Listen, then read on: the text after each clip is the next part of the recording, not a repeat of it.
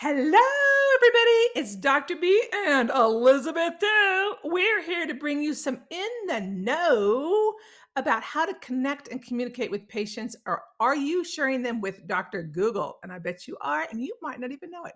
Or you might know it. You probably know it, but let's go over it. So, Elizabeth, we're going to give her a little nap time, but she's going to be back with us at the end. And let's get rocking and rolling and give you some good information to connect and communicate with the Google generation. All right, let's go to our slides and check out what we have to bring to you today. In the know with Dr. B and Elizabeth too. And first of all, ChiroSecure, thank you again for giving us this platform, giving us this amazing opportunity to share with the chiropractic community to how to better serve their patients and their communities. So you're awesome for always having our backs. So let's talk a bit about the Dr. B, the Dr. Google consumer. Yes, I know who I am and I know who Dr. Google is. So here's the dealio. Did you know that Google reports there's over 1 billion, billion searches for healthcare related topics per day in this country? That is equivalent to 70,000 searches per minute. Okay. Those are big numbers, you guys. All right. So, and I think it was in 2019, they found that about 89% of those in the United States Googled their health symptoms before seeing a doctor. So they're coming into you prepped, ready and loaded for questions and answers. But one thing we have to think about is most people don't want to hear what you have to say. They want to hear what they want to hear. And we'll talk about that in a minute. So those numbers are big. And they come to you. There's a term called cyberchondria, because after they Googled their signs and symptoms, that has set them into a further spiral of anxiety and apprehension, okay, when they're coming into you already. So we have to think about this as a double-edged sword. And we're all getting we're all getting patients like this in our offices that are ready, have a mindset as to what they do or do not have and what will or will not work for them. So we have to keep that in mind when we first meet with the patients, and even our ongoing patients, right? Our practice members. So it can be a double-edged sword. If we have good, solid information out there for them to find,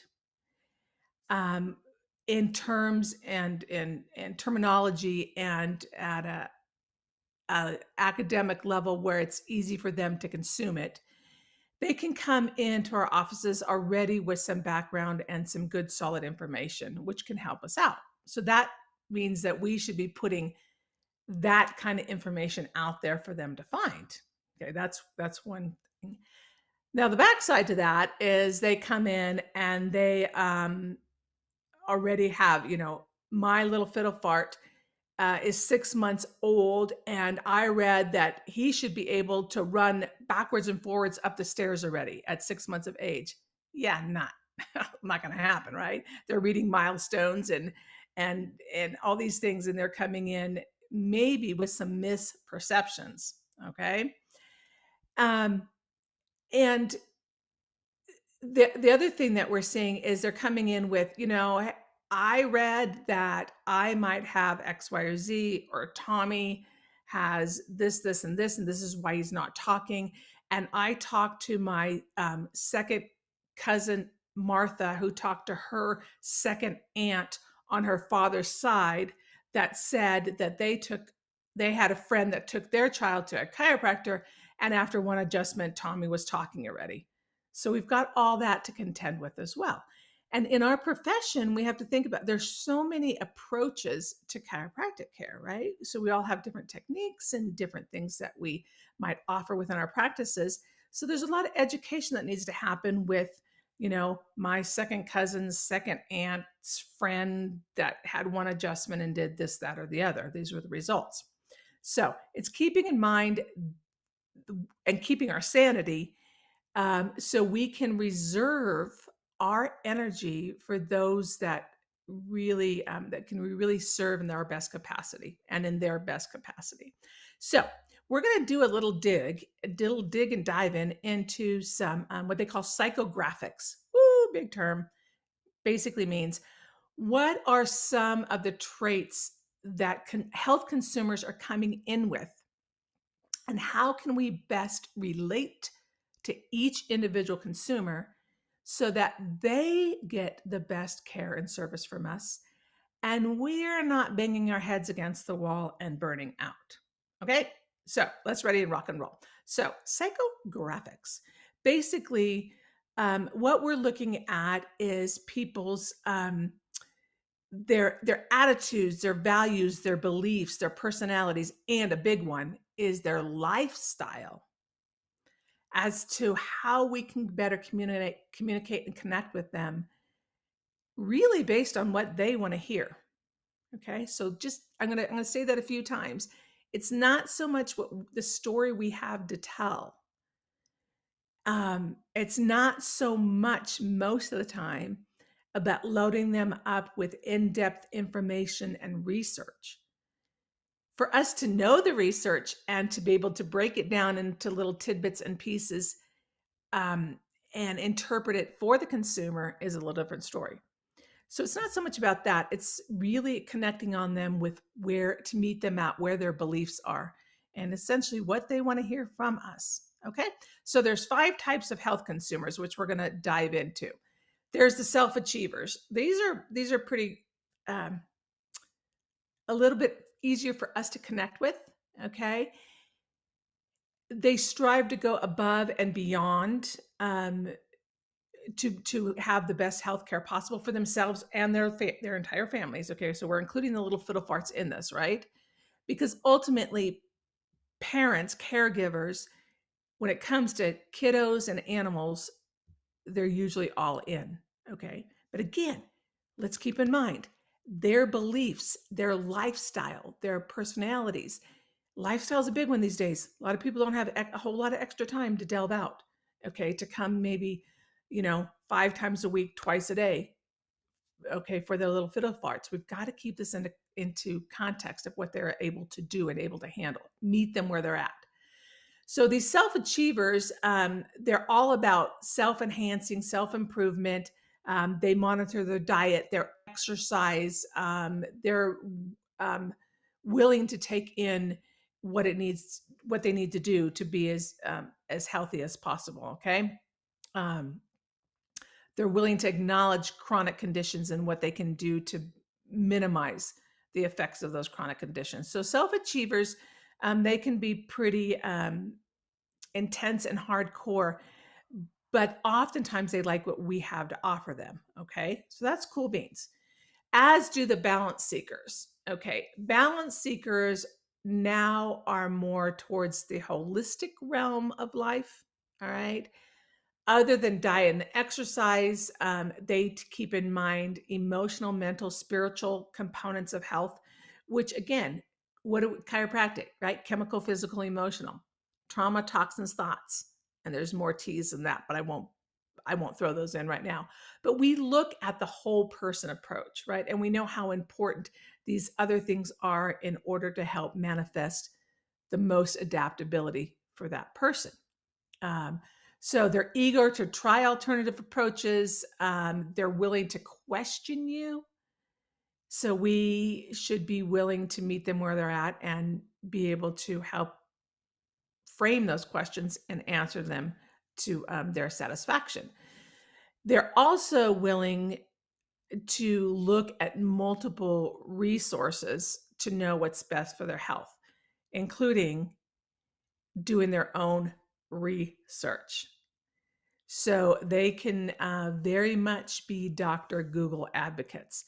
So this can be a little bit more challenging on your end when they come in and say, what about this or what about that? One thing that I'm just going to throw out there, Oftentimes we need to step back and keep our egos out of the picture. We can't know everything about everything. And we're super, super busy, right? We're in practice and maybe taking seminars, and you have families and all these things. So if you feel a bit uncomfortable when they come to you and say, well, I was researching, Tommy should be running forwards and backwards up the stairs at 6 months of age, and this is why he may or may not be doing that. Um, we might need to say, I haven't read that, I haven't seen that, but I'd be happy to look into that or reach out to mentors or other people in my profession that might know more about this. It's okay to say, give me some space and time and let me look into that for you. And I'll be happy to help and see, how much of that we can maybe um, explore and might work for Tommy. Okay. So don't be afraid of that. All right. Now, these are the tough ones. Priority jugglers. These are often moms. They are willing to put themselves on the back burner for the sake of their family, especially their little fiddle farts. They will undergo care, but it's really based on their time, on factors they can control or not control. And for us as chiropractors, especially if you deal with in the pediatric realm and deal with little fiddle farts, we know that kiddos are going to manifest and they're going to attract, grab on to mom and dad's stress mechanisms and mode. They're going to react to mom and dad's and caregivers' stress levels. So we have found that if we can get parents under care, especially mamas in in that first year of life, we can help that kiddo to calm and regulate easier. But it might not be so easy to do when mom is a priority juggler. So keep that in mind. What I really want to try to do here today is just get you starting to think about some of these different personality health consumer types that are coming into your office and to not criticize yourself if they choose not to seek care or if they start care with you and don't follow through with the proposed care plan. We are so easy to beat ourselves up or blame ourselves for that. What did we do wrong? What did we not say? What did we say? I want to be liked. Why aren't they liking me? All those things that can just bog our energy down. I don't want you to go there. I want you to understand that there's different personalities, different health consumers. How can you best serve each one of those? And priority jugglers, you're going to see a lot with mamas. Okay. So then direction takers. These individuals are eager to follow their doctor's advice. They are going to uh, they don't want to offend you, upset you. Okay, they trust you explicitly, and they don't question care plans or what you have to offer. So these are direction takers, not generally in today's world the greatest percentage of people that you'll see in your offices, which brings us to about a third of the health consumers and their personality traits and types. The that's a mouthful, willful endurers. These are the YOLOs, right? You only live once personality types, right? They're going to say, yeah, I want to be healthy, but I want to do it on my terms, right? You want me to eat better? Yo, doc, I and my family love to go through McDonald's every day, and that is our dinner. We want to, we enjoy parties and having people over. We're cool about having red dyes and sugar and alcohol, and they want to enjoy life. And they want to do it on their terms and their terms specifically. And again, this is about a third of the healthcare consumers that we see. So these are individuals that you kind of have to love and let go. If you're a practice that's cool with they bring their kiddos in on their terms, right? Um, they're not a good wellness-based individual or family for your practice, right? Kiddo falls over and bangs their head, and three weeks go by and they're still complaining on headaches. Well, I guess maybe it's time to take you in to see, Dr. Joe. Those are the ones that you have to decide, is that cool for your practice paradigm? Do you have room for those patients in your practice? I don't. My practice is very full. So I don't have a lot of space for those that just want to call when they want to call and get in on that particular day or time. So these are judgment calls that you have to make. No offense to anybody, but it just depends what you resonate with and what kind of practice paradigm you want. So these are the 5 psychographic models and personality types of the average healthcare consumer in today's world. They're all Dr. Googling it, but they'll meet you at a different personality, a different level, right? So now let's have some fun. Let's look at 3 of the biggest Googled health topics in I think it was 2020. Mood, especially after COVID, right? Mood, depression, anxiety has gone up by a minimum of 25% across the board, especially in young adolescents. 25% anxiety, depression, and suicidal ideation has skyrocketed since COVID. So we need to understand, these are individuals that are coming into our offices. Cognition. Cognition is a big one, right? People are getting a little worried about remembering things. So that's a big one. And sleep. Okay. Sleep is a big issue, especially in this country. Now, mood, cognition, and sleep. What is the potential chiropractic tie?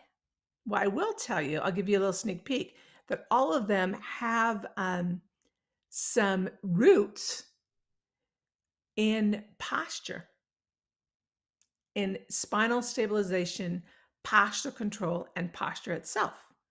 That is kind of important to us as chiropractors, right? So we're going to dive into these, but not today. We're going to save these for our next 3 in the nose, and we're going to break each of these down into easy to understand bites and tidbits and pieces of how mood, cognition, and sleep are associated with the spine and posture, and how it starts from in the first year of life, how postural control, postural stability, movement patterns, and what we want to look at in that first year of life that can build. I like to say, when I teach, when I mentor, I like to say we want to fast forward and rewind. We want to take a case that's in front of us. Let's say it's a 6-year-old and they're coming in with X, Y, and Z, right? I want to be able to rewind, especially into that first year of life, and say, what could have been missed here?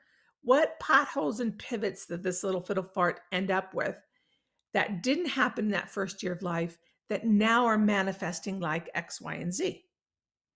And now I like to fast forward. So that's my rewind. My fast forward is, if left unchecked, X, Y, and Z might look like A, B, and C down the road.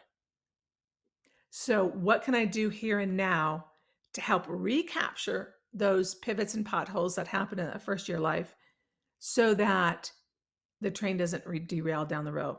Okay. So we're going to have some fun over the next 3 months. We're going to look at mood, cognition, and sleep, and their relationship to posture, posture control, and the first year of life. So look forward to us in what month are we in? We're in June now. Yes. So in July, we will tackle some mood, food, and posture, and tied into our chiropractic paradigm. So, but for now, look at these 5 types of personalities, and start getting familiar with them when they come into your office so that you free up adaptability. you're not clogging your system. You have more to give. You have more to give to your community, to the patients that you're serving, to your families. You're not coming home exhausted and depleted because you're trying to tell a story or convince somebody why they should be in your office. Okay, you're meeting them where they're at. So until next time, me and Miss Elizabeth, boom, are going to bring you some more fun. But keep turning the tide, keep saving lives. We need you out there more than ever. And we're going to give you some more tools and tidbits next time. And Cairo Secure, thank you again for giving us this wonderful platform and for always having our backs. We'll see you in July.